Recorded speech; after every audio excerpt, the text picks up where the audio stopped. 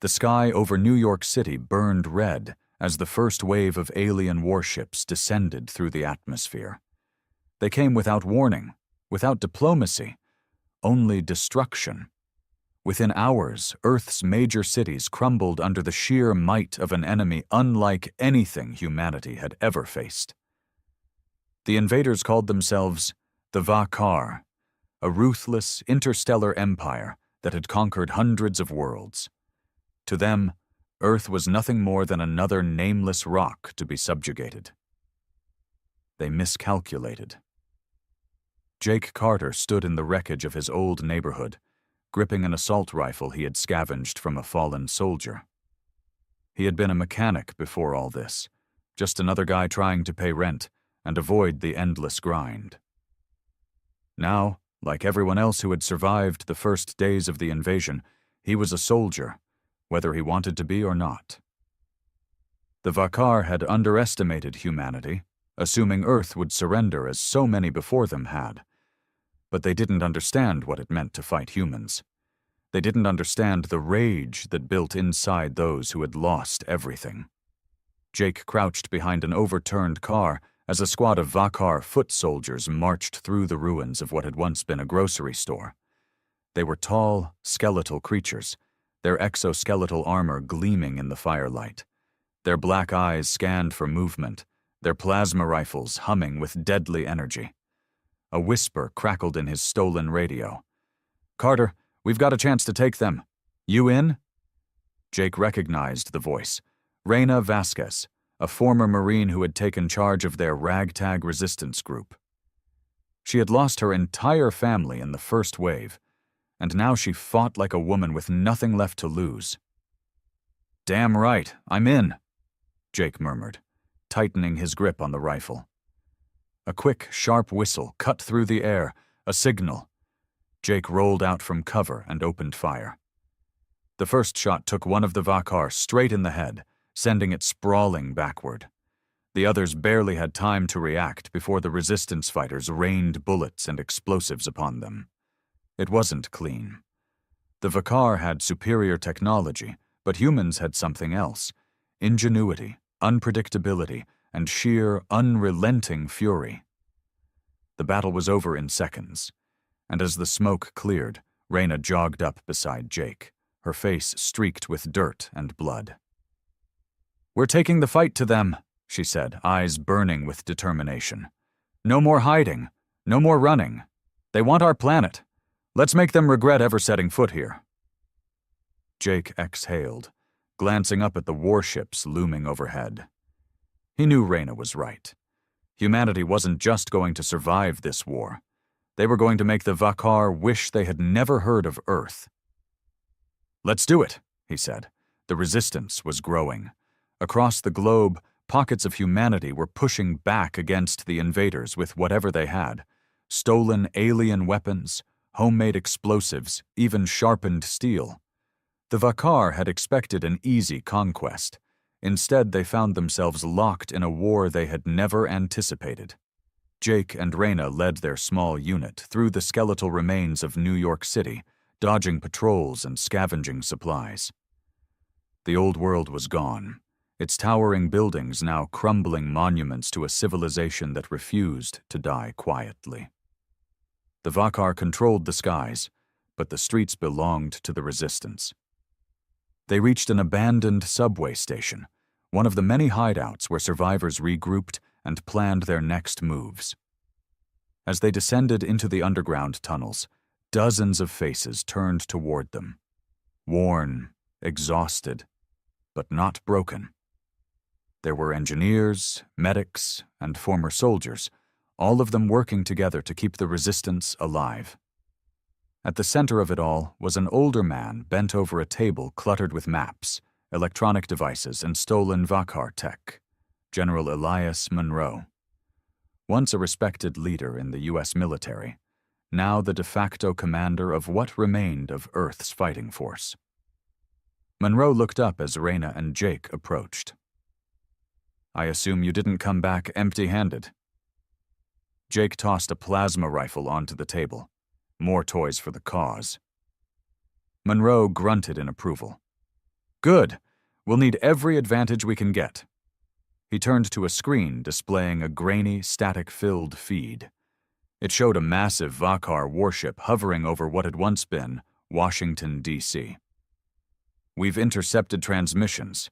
The Vakar High Command is stationed on that ship. If we take it out, we send a message to the entire fleet. Reyna folded her arms. You're talking about attacking a command ship. With what exactly? Monroe smirked. We've been working on that. He gestured toward the corner of the room, where a group of scientists huddled around what looked like a stripped-down Vakar drone. We've managed to reprogram one of their own machines. If we can get it inside that warship, we can detonate their power core from within. Jake exhaled sharply. That's one hell of a plan. Desperate times, Carter, Monroe said, but we need people to get that drone into position. Reyna cracked her knuckles. Then we better get moving. The mission was madness, a suicide run. But Jake didn't hesitate. The Vakar had taken everything from them. Now it was time to take something back.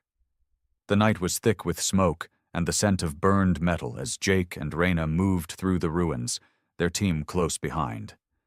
The plan was simple. Get the hacked Vakar drone close enough to the command ship's security grid, let it slip inside, and watch as the whole thing turned into a funeral pyre. Simple didn't mean easy. The city was crawling with patrols. Vakar foot soldiers moved in tight formations, their insect-like heads swiveling as they scanned the streets. Drones hummed above, searching for heat signatures.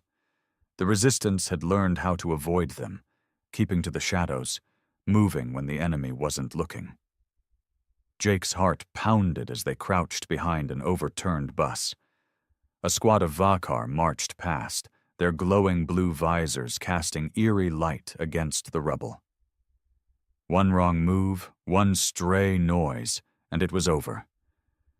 Reyna gave a silent signal. Wait. Jake gritted his teeth, keeping his breathing steady. He could feel the weight of the stolen Vakar rifle in his hands. Human weapons were becoming useless. Bullets barely scratched their armor anymore. Plasma was the only thing that worked, and even that took precision. The aliens moved on, their strange, clicking language fading into the distance. Go, Reyna whispered. They moved fast, weaving between broken buildings and abandoned vehicles, the hacked drone floating behind them. It was no bigger than a basketball, its surface pulsing with stolen Vakar technology. Monroe's team had spent weeks cracking its code, turning it against its creators. If it worked, the war would change in an instant. If it failed, they would all be dead before sunrise. They reached the outskirts of the drop zone. The command ship loomed above them, a massive obsidian fortress suspended in the sky. Beams of light scanned the ground, searching for threats. Jake clenched his jaw. The resistance had managed to get this close before, but no one had ever come back. Reyna tapped her earpiece. Monroe, we're in position. Static. Then his voice. Copy that. Sending the signal. The drone shuddered. Its lights flickered, then stabilized. A soft hum filled the air as it activated its cloaking field. Jake watched as it became a shimmer in the darkness, nearly invisible. Go, baby, Reyna whispered. The drone shot forward, slipping through the security grid. They held their breath as it disappeared into the ship's underbelly. Jake wiped sweat from his brow. Now what? Monroe's voice came through the comm. Now we pray to whatever gods we have left. Minutes crawled by. Then the alarm started. The warship's lights flickered, its thrusters sputtering. The Vakar below stopped in confusion, their weapons raised. Something was wrong. And then, a deep, rumbling explosion ripped through the air. The sky lit up as fire burst from the command ship's core. The ground trembled beneath them as the mighty vessel lurched, its structure collapsing inward. The Vakar on the ground screamed in their strange alien tongues as their leader's flagship came crashing down. The resistance had just killed a god. Jake felt a surge of triumph as flames engulfed the wreckage. The Vakar fleet had just learned a lesson. Earth was not an easy conquest. They came to conquer, but now they would bleed. Reyna grabbed Jake's arm, her eyes wild with victory. "They'll never forget this." Jake nodded, watching the burning sky. "Number they won't." The shockwave from the fallen warship roared through the ruins, sending debris flying and knocking Jake onto his back. His ears rang from the explosion, and for a moment all he could hear was muffled chaos. Smoke filled the air, turning the night into a churning battlefield of fire and shadow. Reyna grabbed his arm, pulling him to his feet. "We have to move." Jake blinked, trying to clear his vision. The command ship was gone, reduced to a smoldering wreck, but the fight wasn't over. If anything, it had just begun. The Vakar were in disarray. Their once organized squads were stumbling through the rubble, their formations broken, their communications scrambled. Some fired blindly, their usual precision lost in the confusion. Others stood frozen, watching their mighty warship burn, unable to comprehend what had just happened. Monroe's voice crackled through their earpieces. "You did it! Holy hell, you actually did it!" Jake grinned through the exhaustion. "Damn right we did." "Now get the hell out of there before they regroup," Monroe ordered. Reyna was already moving, her rifle raised as she signaled the others. The resistance fighters emerged from cover, pressing the advantage. Plasma fire streaked through the night as humans cut down the disoriented aliens. They weren't just fighting to survive anymore, they were fighting to win. Jake fired at a Vakar soldier scrambling for cover, hitting it square in the chest. The creature screeched, its exoskeleton splitting apart as it collapsed. More of them fell as the resistance fighters surged forward, relentless in their assault. For the first time since the invasion began, the Vakar were the ones running. But they weren't beaten yet. A distant, inhuman roar echoed through the ruins, deep and guttural. Jake turned toward the sound, his stomach twisting. From the smoke, massive figures emerged, Vakar enforcers. They were bigger than the regular foot soldiers, heavily armored, and wielding weapons that could tear through concrete. Reyna cursed. "Shit! They're bringing in the heavies." Jake's grip on his rifle tightened. "Guess they're pissed." The enforcers raised their weapons, blue energy crackling along their arms. The ground beneath them hissed as their boots melted through the pavement. These weren't just soldiers. They were executioners. "We can't take them head on," Reyna said, eyes darting for an escape route. Jake knew she was right. They had scored a major victory, but this wasn't the final battle. If they stayed, they would be wiped out. Monroe's voice came through again. "Fall back to the tunnels, now!" Reyna grabbed Jake's arm, dragging him toward the nearest alley. The resistance fighters followed, ducking between wreckage as the enforcers opened fire. Energy blasts tore through the ruins, turning solid stone into molten slag. Jake ran, his breath ragged, his muscles screaming. Behind them, the enforcers moved with terrifying precision, relentless and cold. But the resistance knew these streets better. They cut through alleys, jumped over broken walls, and finally reached an old sewer entrance. The metal grate had been blown open long ago, leading into the underground tunnels. "Go, go, go!" Reyna shouted. One by one, the fighters dropped into the darkness. Jake was the last to go, his heart pounding as he slid into the tunnel just as another blast struck the ground above. The explosion shook the earth, sending dust and debris raining down. Silence followed. They had escaped. Barely. Jake caught his breath, leaning against the damp tunnel wall.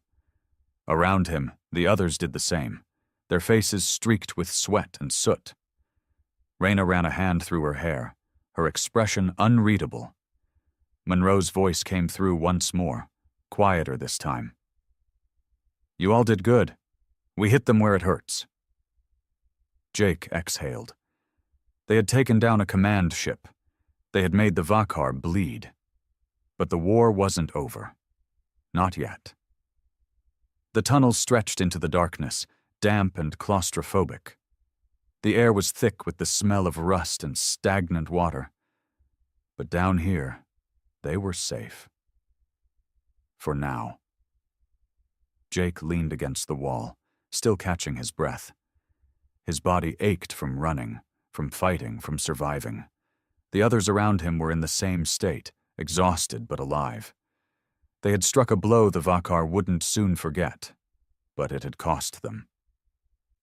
"We lost Reynolds," one of the fighters, Marco, muttered. "He didn't make it to the tunnels." Reyna clenched her jaw, nodding slowly. She didn't say anything, but the pain in her eyes said enough. Jake swallowed hard. They had lost people before, too many to count, but it never got easier. And it never would. Monroe's voice came through their earpieces again, quieter this time. "You did good out there, but listen up. We have a bigger problem." Jake glanced at Reyna. Bigger than taking down their command ship? Monroe hesitated. That alone was enough to send a chill through Jake's spine. Then the old soldier said, "We've been monitoring their transmissions. After what you pulled tonight, they're bringing in reinforcements. A lot of them." Silence filled the tunnel. Reyna was the first to break it. "How bad?" Monroe sighed. "Bad enough that if we don't move fast, there won't be a resistance left to fight." Jake ran a hand over his face. Of course. They had expected retaliation, but this was something else. The Vakar weren't just regrouping. They were preparing to wipe humanity off the map. Marco kicked a piece of rubble. "So what do we do? Keep running?" Reyna straightened. "Number we hit them first." Jake raised an eyebrow. "You want to go right at them?" She nodded. "We have no choice. If they're bringing in reinforcements, that means supply lines, landing zones, command centers. We hit them before they can fully mobilize." Monroe hummed over the radio. "Reyna, that's insane." "Maybe," she admitted. "But it's our only shot." Jake exhaled slowly. It was reckless, suicidal even. But it was also exactly what the Vakar wouldn't expect. "All right," he said. "Where do we start?" Reyna smirked. "We take the fight to their main supply base. We cut them off before they even get a chance to strike." Jake grinned despite the exhaustion. He could almost hear Monroe shaking his head.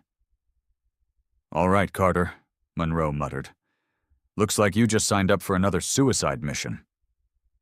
Jake chuckled, gripping his rifle. Wouldn't be the first. As the resistance fighters prepared for what was to come, one thing was clear.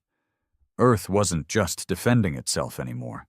It was going on the attack. The resistance fighters moved swiftly through the underground tunnels, their boots splashing through shallow pools of stagnant water. The plan was reckless, borderline suicidal, but that was exactly why it would work. The Vakar were expecting humanity to run, to hide, to scatter in fear. Instead, they were going to strike first.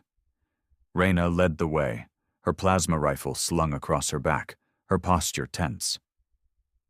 Jake walked beside her, occasionally glancing back at the rest of the group. They were all exhausted, running on little more than adrenaline and sheer spite. But no one hesitated. Everyone here had lost too much to stop now. Monroe's voice crackled through the comms.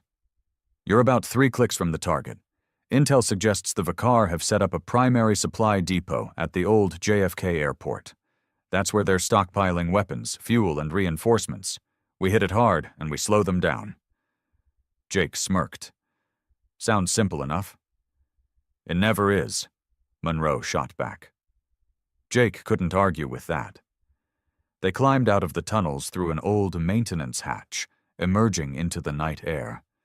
The ruins of New York stretched out before them, eerily silent.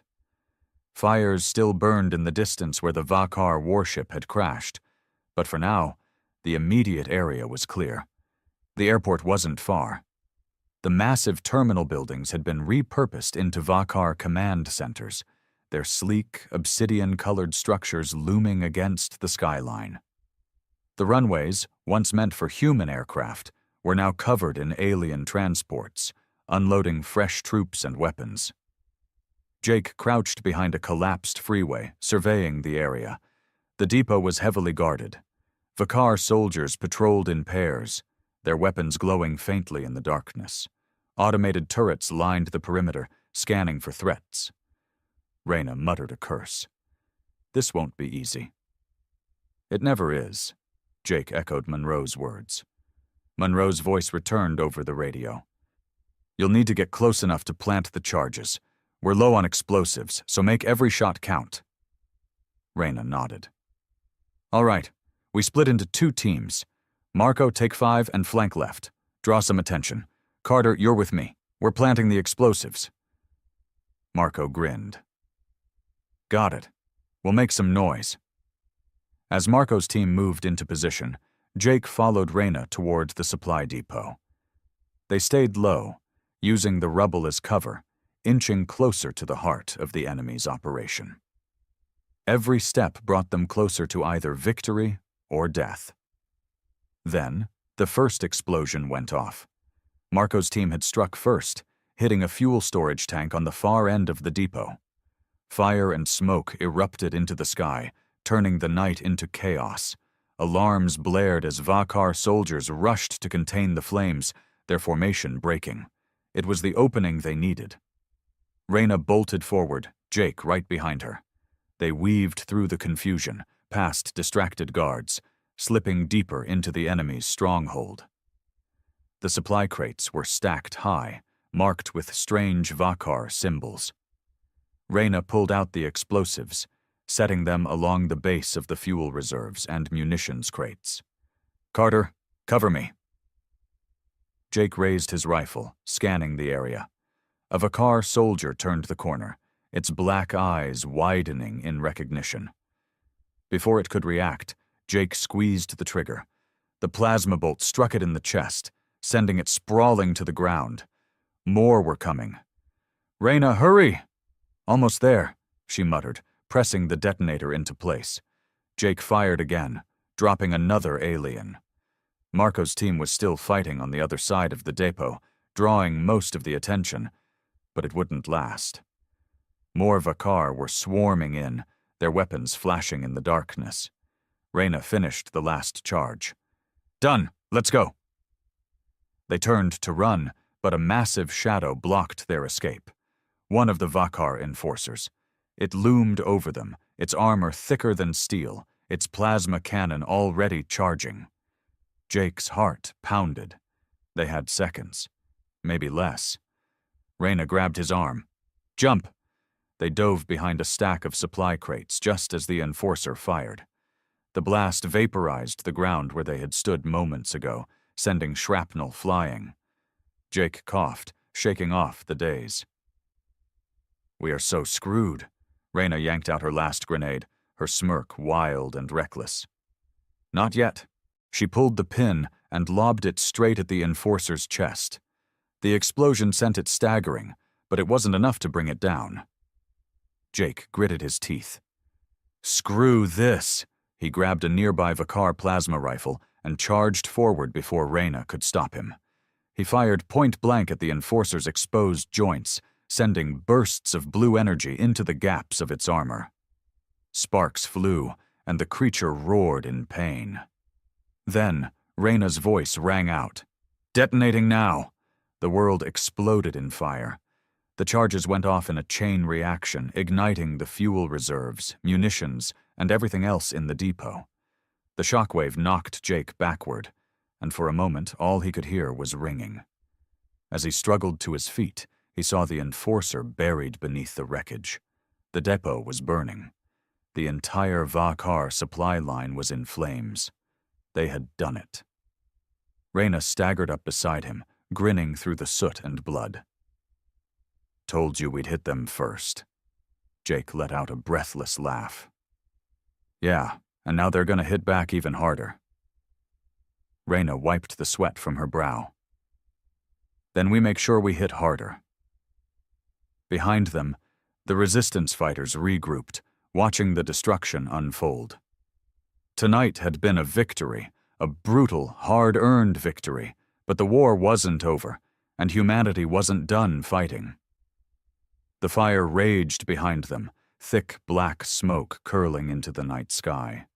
The Vakar supply depot, once a critical nerve center for their invasion, was nothing more than a smoldering ruin. But there was no time to celebrate. They had struck first, and now the full weight of the Vakar would come crashing down. Jake wiped a streak of soot from his face, his hands shaking from adrenaline. Around him, the resistance fighters moved quickly, retreating into the ruins before the enemy could reorganize. Marco's team had suffered losses, but they had done their job, buying time for the explosives to do their work. Reyna tapped her earpiece. Monroe, the depot's gone. What's our next move? Static crackled before Monroe's voice came through, tense and urgent. I don't think you understand what you just did, Vasquez. The Vakar aren't just going to send in reinforcements now. They're going to wipe this entire city off the damn map. Jake and Reyna exchanged a look. Then we better get moving, Jake said. Monroe exhaled sharply. Get back to the tunnels, fast. The team took off, weaving through the rubble and twisted steel of what had once been JFK Airport. In the distance, the eerie wails of Vakar distress signals filled the air. The aliens weren't just regrouping, they were calling for something bigger. Jake's stomach twisted. They sprinted through the broken streets, but they weren't alone for long. Vakar drones whirred to life, their sleek metallic bodies slicing through the air like silent hunters. One of them locked onto their position, flashing red as it sent out a pulse. Shit, Marco hissed. They're tracking us. Reyna didn't slow down. We need to lose them. Now. Jake spotted an old office building ahead, its windows shattered, the skeletal remains of its structure still standing. In here, he called, leading the group inside. They ducked into the ruins just as the first plasma bolts rained down, carving glowing scars into the pavement where they had been standing moments before. The drones hovered outside, scanning, waiting. Jake pressed his back against the wall, catching his breath. We can't outrun them forever. Reyna checked her rifle. Then we don't. We set a trap. She knelt down, pulling out the last of their explosives. 2 small charges, not enough to bring the building down, but enough to cause some chaos. Jake nodded. Lure them in, then blow the bastards sky high? Marco grinned. I like it. They moved fast, placing the charges near the entrance before scattering deeper into the building. Reyna fired the first shot, drawing the drone's attention. The machines buzzed in response, darting forward in pursuit. The moment they crossed the threshold, boom! The explosion shattered what remained of the walls, sending steel and concrete raining down. Jake hit the ground as fire and smoke engulfed the entrance. When the dust cleared, the drones were nothing more than scorched metal scraps. But the sound of the explosion had drawn something worse. A deep, inhuman roar echoed through the ruins. Jake's blood ran cold. Tell me that was just my imagination. Reyna swallowed hard. Number, that's something else. They turned toward the street and saw it. A new Vakar war form. It was bigger than anything they had faced before, easily 3 times the size of a human, its exoskeletal armor layered with dark, pulsating veins of energy. Unlike the foot soldiers, this thing moved with eerie precision, as if it was calculating every possible outcome before even taking a step. Marco took a slow step back. "We do not have the firepower for that." Monroe's voice came through their comms, barely a whisper. "That's a Vakar warlord. You're outmatched. Get out of there." The warlord raised its weapon, something unlike anything they had seen before. A long, bladed cannon hummed to life, glowing with an unnatural blue light. The ground beneath it sizzled as it took a step forward. Reyna gritted her teeth. "Run!" The first shot tore through the building, obliterating everything in its path. Jake didn't need to be told twice. He turned and bolted, weaving through the wreckage as the warlord pursued them. The ground shook with each blast. Structures that had withstood years of decay now crumbled as the creature unleashed its fury. Jake risked a glance back, just in time to see Marco trip. "Marco!" Jake skidded to a stop, but the warlord was already moving. Marco looked up, wide-eyed, reaching for his rifle. He didn't stand a chance. The warlord's bladed cannon struck first, impaling him through the chest. "No!" Jake shouted, rage exploding inside him. Marco coughed, blood dripping from his lips, but he was already gone. The warlord tossed his body aside like a broken doll and turned its cold, black eyes toward Jake. Reyna grabbed Jake's arm. "We can't stop! Move!" Jake clenched his fists, his vision blurring with anger, but she was right. They couldn't fight this thing, not yet. He forced himself to turn away, even as Marco's body disappeared in the dust. They ran. The tunnels were close, if they could just make it. Another blast sent them sprawling. Jake hit the ground hard, his ears ringing, his vision spinning. He tried to push himself up, but his limbs felt sluggish. The warlord loomed above them, stepping closer. It raised its weapon. And then the sky erupted. A streak of fire tore through the night, slamming into the warlord with the force of a meteor. The creature roared in pain as the impact sent it staggering. Jake blinked, his mind struggling to process what had just happened. Then, more streaks of fire, missiles, explosions ripped through the battlefield, forcing the warlord to retreat. Above them, cutting through the clouds, were sleek, heavily armed aircraft, human aircraft. And then, a voice over the comms, one that Jake hadn't heard in a long time. "This is Captain Adrian Locke of the UEDF, Earth Defense Fleet. Looks like you could use some air support." Jake's breath caught in his throat. They weren't alone. Humanity still had a fighting chance. Jake barely had time to process what was happening.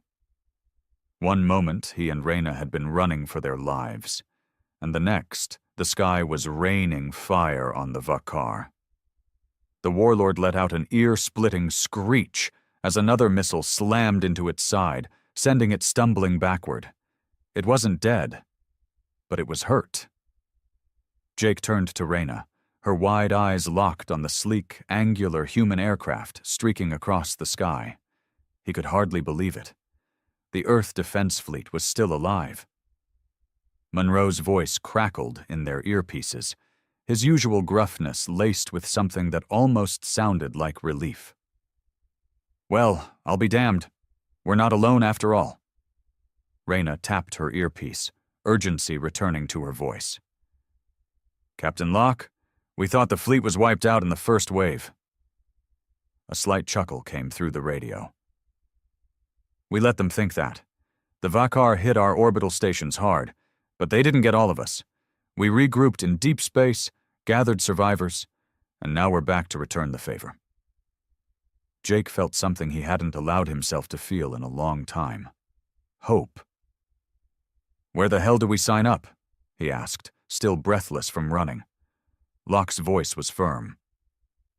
"Get to the extraction point and we'll talk. We're setting up a command center, but we don't have much time. The Vakar won't let us keep the element of surprise for long." The warlord was recovering, its massive frame rising from the rubble, its armor scorched but intact. It let out a deep, guttural snarl as it raised its weapon again. Locke didn't hesitate. "Keep moving. We'll handle that thing." The aircraft swooped in low, releasing another barrage of missiles. The ground trembled as fire engulfed the battlefield once more. Jake grabbed Reyna's arm, pulling her toward the tunnels. They ran. The ruins blurred around them as they sprinted through the wreckage of the city, dodging fallen debris and smoldering metal. Behind them, the battle raged on. Humanity's counterattack had begun. They reached the tunnel entrance just as another explosion lit up the sky. Jake glanced back one last time. The warlord was still standing, but it was faltering. Maybe, just maybe, humanity had a shot at winning this war. They slid down into the underground, the scent of damp earth and rust filling their lungs. The moment they were inside, Monroe's voice came through again. "All right, listen up. Locke's people are setting up a rendezvous point about 10 miles from here. We need to move fast." Reyna nodded, already taking the lead. "Then let's not waste any time." Jake tightened his grip on his rifle and followed. The war wasn't over. But for the first time since the invasion began, it felt like humanity was no longer just surviving. It was fighting back, and it was winning. The tunnels stretched on, damp and suffocating, but Jake barely noticed. His mind was still racing. The Earth Defense Fleet was alive. Humanity wasn't alone. For the first time since the invasion began, there was a real chance to win this war. Reyna kept a fast pace, her eyes fixed ahead. The weight of what had just happened sat heavy between them. They had lost Marco. They had seen a Vakar warlord in action, and they had watched humanity strike back with a vengeance. No one spoke as they moved deeper into the underground. The only sound was the steady drip of water from the pipes above and the distant echoes of destruction from the surface. They had struck first, but the Vakar weren't done. They never would be. Monroe's voice finally cut through the silence.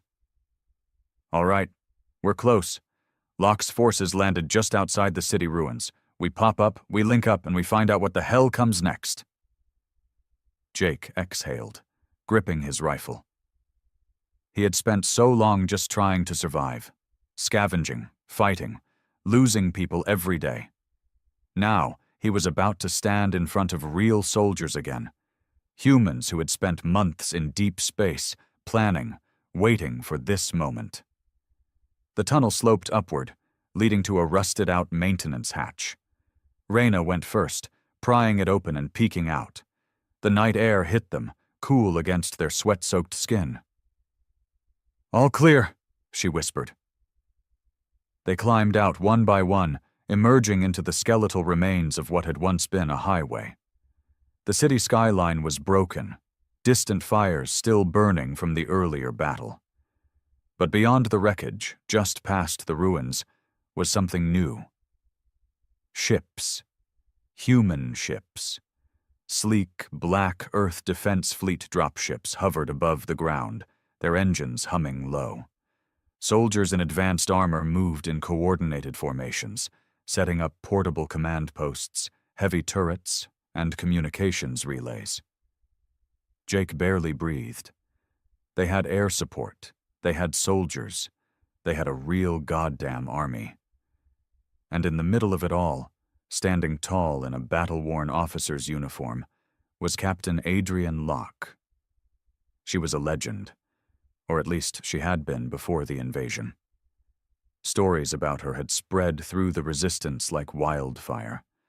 A fleet commander who had refused to retreat when Earth fell, who had led survivors into deep space and sworn to return. And now she had. Locke turned as they approached, her sharp blue eyes scanning them. She was older than Jake had imagined, her face lined with exhaustion and battle scars, but her presence was commanding, undeniable. "You must be Vasquez," she said, nodding at Reyna. "And Carter." Jake gave a hesitant nod. "That's us." Locke glanced at the ragged group behind them. Dirty, wounded, exhausted, but still standing. Hell of a job you pulled off. That depot strike hit them harder than you think. Reyna crossed her arms. Then why do I get the feeling it's not enough? Locke smirked. Because it's not. She turned, motioning them toward a large holo table displaying real-time battlefield data. The Vakar fleet was still massive, still overwhelming. But there were weak spots now, cracks in their defenses. We've been planning this counterattack for months, Locke said. We knew we couldn't take Earth back without a coordinated strike. We've been waiting for the right moment. Jake frowned. And you think this is it? Locke's gaze hardened. You just gave us that moment. She tapped the holo table, zooming in on a massive structure in the heart of the city, one that hadn't been there before the invasion. It pulsed with energy, a towering monolith unlike anything human-made. That, Locke said, is the Vakar control spire. Every major operation they run, communications, planetary defenses, fleet coordination, funnels through it. Jake felt his stomach tighten. So we take that out? We cripple their entire war effort, Locke finished. Silence stretched between them. It was insane. The spire was deep in enemy territory, protected by thousands of Vakar troops, war machines, and, if the reports were right, more warlords. But if they could do it, if they could destroy that spire, humanity might actually have a chance. Reyna let out a slow breath. All right, she said. How do we bring it down? Locke smiled grimly. Glad you asked. The war wasn't over. But humanity had just found its endgame. The briefing room, or what passed for one in the makeshift command center, was a flurry of activity. Soldiers darted between stations, barking orders as holographic displays flickered with incoming data. Jake stood near the holo table, his arms crossed, trying to wrap his head around the sheer scale of what Locke was proposing. The control spire wasn't just a target. It was the Vakar's lifeline on Earth, a nerve center that tied their entire invasion together. Take it out, and their fleet would falter, their ground forces would lose cohesion, and humanity might, just might, claw its way back from the brink. Locke tapped the holo table again, pulling up a detailed scan of the spire.